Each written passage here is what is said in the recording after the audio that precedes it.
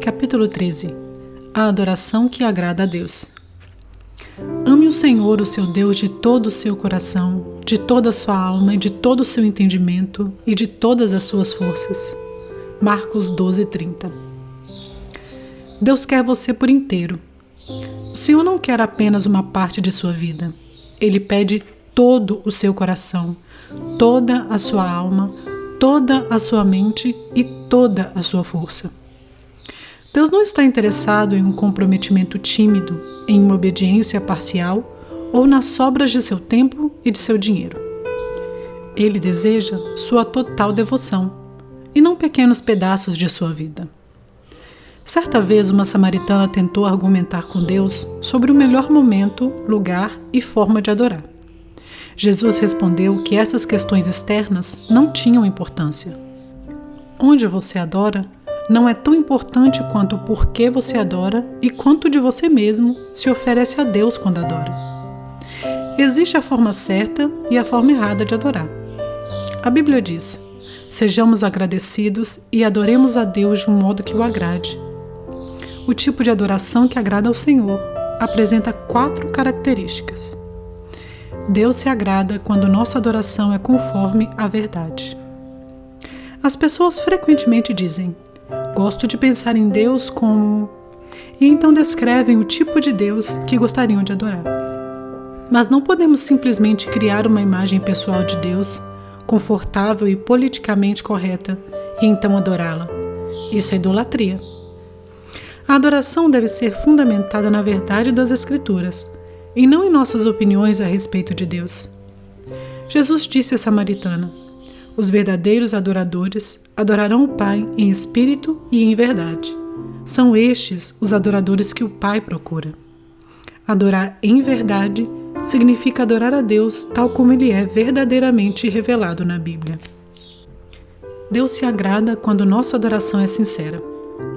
Quando Jesus diz que devemos adorar em espírito, Ele não está se referindo ao Espírito Santo, mas ao nosso espírito. Feito à imagem de Deus, somos um espírito que habita um corpo. E Deus concebeu esse espírito para que se comunicasse com ele. A adoração nada mais é que seu espírito reagindo ao Espírito de Deus. Quando Jesus diz: ame o Senhor, o seu Deus, de todo o seu coração, de toda a sua alma, está querendo dizer que a adoração deve ser genuína e sincera. Não se trata de apenas usar as palavras corretas. Você deve realmente querer dizer o que diz. O louvor desprovido de sentimentos não é louvor em absoluto. Não tem valor algum e constitui um insulto a Deus. Quando adoramos a Deus, Ele olha para além das nossas palavras, a fim de ver a atitude de nosso coração. A Bíblia diz: o homem vê a aparência, mas o Senhor vê o coração. Uma vez que a adoração implica regozijar-se em Deus, é necessário que suas emoções estejam envolvidas. O Senhor lhe deu emoções para que você possa adorá-lo com intensidade, mas elas devem ser genuínas, não fingidas. Deus odeia a hipocrisia. Ele não quer exibicionismo, fingimento ou falsidade na adoração. Ele deseja amor sincero e verdadeiro. Podemos adorar a Deus de modo imperfeito, mas não podemos adorá-lo sem sinceridade. Logicamente, só sinceridade não é suficiente, pois você pode estar sinceramente errado. É por isso que tanto o espírito quanto a verdade são necessários. A adoração deve ser conforme a verdade e genuína. A adoração agradável a Deus é fundamentalmente emocional e fundamentalmente doutrinária. Nela, usamos o coração e a mente.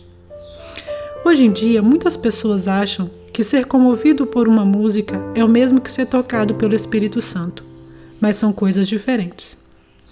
A verdadeira adoração acontece quando seu espírito responde a Deus e não a uma melodia. Na verdade, algumas canções introspectivas e sentimentais impedem a adoração, pois retiram a evidência de Deus e a transferem para nossos sentimentos. Sua maior distração na adoração é você mesmo, seus interesses e preocupações com o que os outros pensam a seu respeito. Os cristãos discordam com frequência da forma mais apropriada ou genuína de louvar a Deus, mas essas discussões normalmente refletem apenas diferenças de formação e de personalidade. Muitas formas de louvor são mencionadas na Bíblia. Entre elas, confessar, cantar, colocar-se de pé, ajoelhar-se, dançar, manifestar alegria, testificar, tocar instrumentos musicais e erguer as mãos. O melhor estilo de adoração é aquele que mais genuinamente representa seu amor por Deus, baseado na formação e na personalidade que Ele lhe deu. Meu amigo Gary Thomas observou que muitos cristãos parecem emperrados em uma adoração rotineira, uma rotina insatisfatória, em vez de viver uma empolgante amizade com Deus. Isso ocorre porque se obrigam a utilizar métodos devocionais ou estilos de adoração que não se ajustam à maneira especialmente concedida por Deus a cada um. Gary raciocinou: se Deus propositadamente nos fez todos diferentes, por que deveríamos todos amar a Deus da mesma forma? Lendo obras cristãs clássicas e entrevistando cristãos maduros, Gary descobriu que os cristãos têm utilizado caminhos variados há 2000 anos para desfrutar intimidade com Deus. Ao ar livre, estudando, cantando, lendo, dançando, criando obras de artes, servindo outras pessoas, sendo solidários, desfrutando da comunhão e participando de dezenas de outras atividades. Em seu livro Sacred Pathways, Caminhos Sagrados, Gary identifica 9 maneiras pelas quais as pessoas se aproximam de Deus.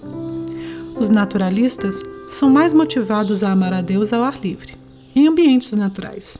Os sensitivos amam a Deus com os sentidos e apreciam belos cultos de adoração que envolvem a visão, o paladar, o aroma e o toque, não apenas a audição.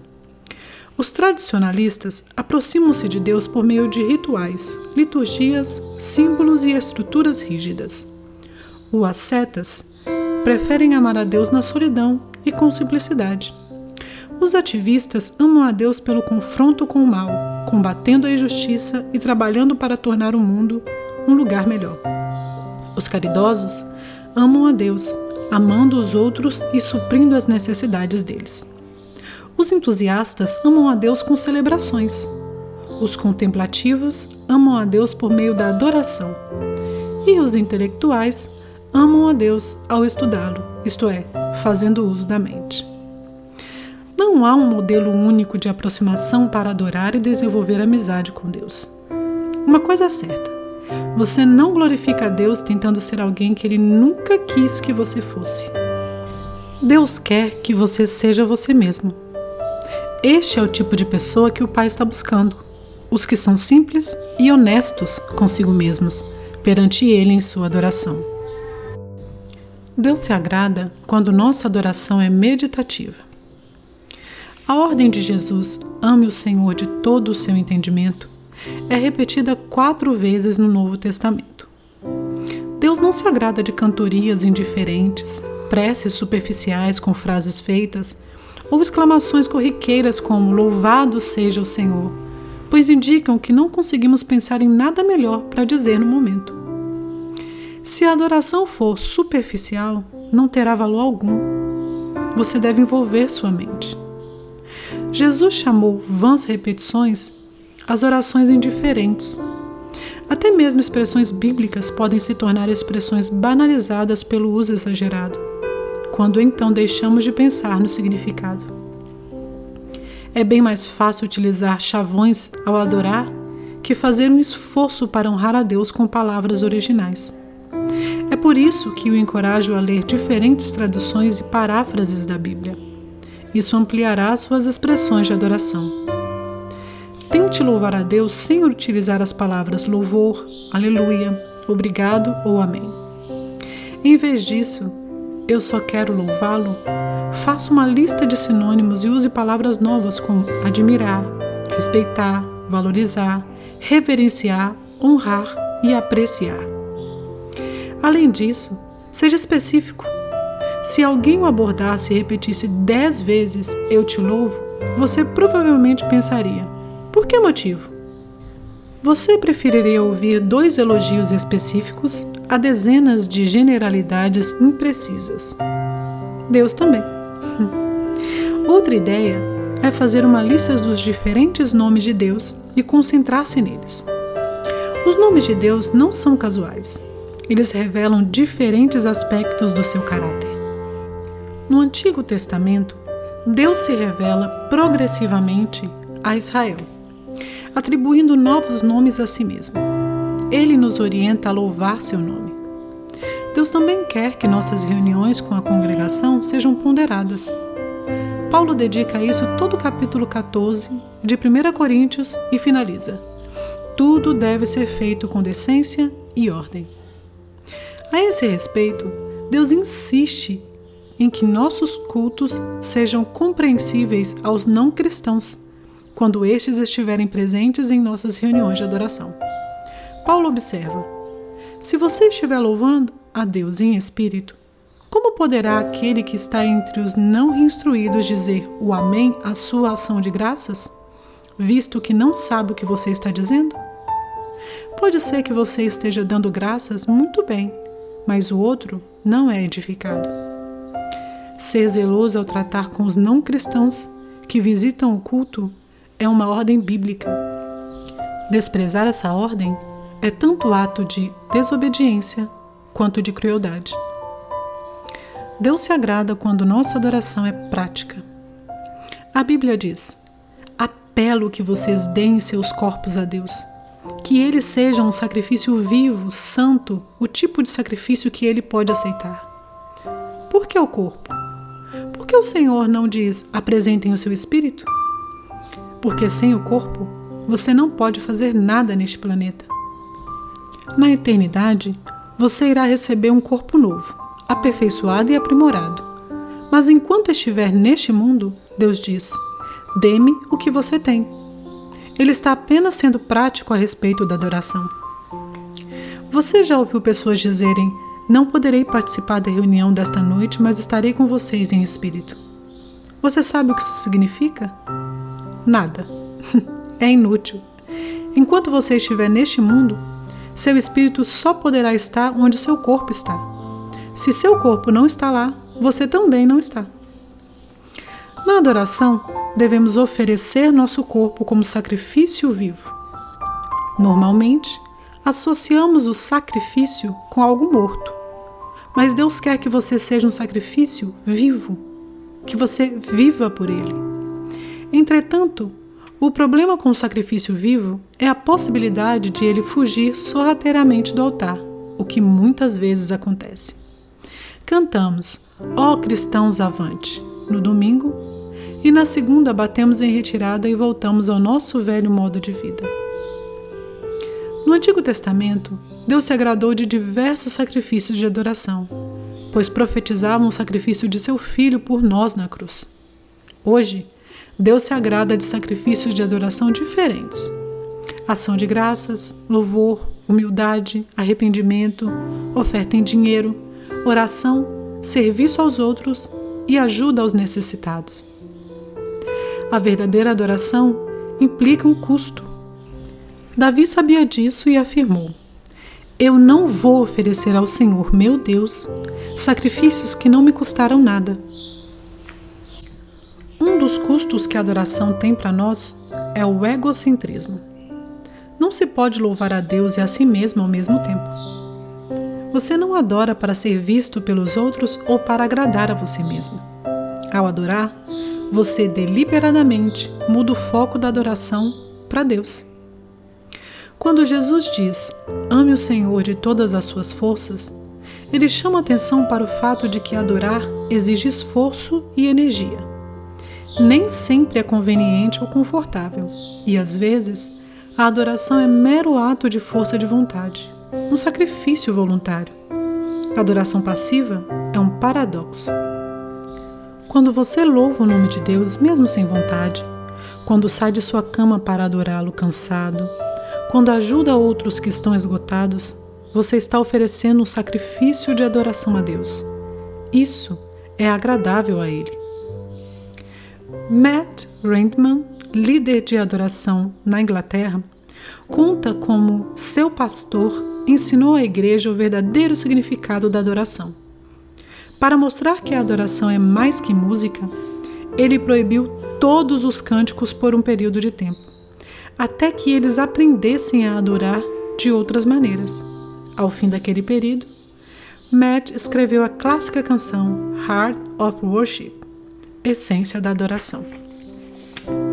Trarei a ti mais do que uma canção, pois uma canção em si mesma não é o que tens pedido. Tu buscas por algo além das aparências. Tu sondas o meu coração. Letra cantada em português. Mais que uma canção eu te darei, pois apenas uma canção não é o que queres de mim. Mais profundo buscas, Senhor, do que os olhos podem ver. Queres meu coração. A essência da incerteza é a incerteza do coração. 13º dia. Pensando sobre meu propósito de vida. Um tema para reflexão. Deus me quer por inteiro. Um versículo para memorizar. Amá-lo de todo o coração, de todo o entendimento e de todas as forças, e amar ao próximo como a si mesmo, é mais importante do que todos os sacrifícios e ofertas. Marcos 12:33. Uma pergunta para meditar. O que agrada mais a Deus nesse momento? Minha adoração pública ou minha adoração em particular? O que farei a respeito disso?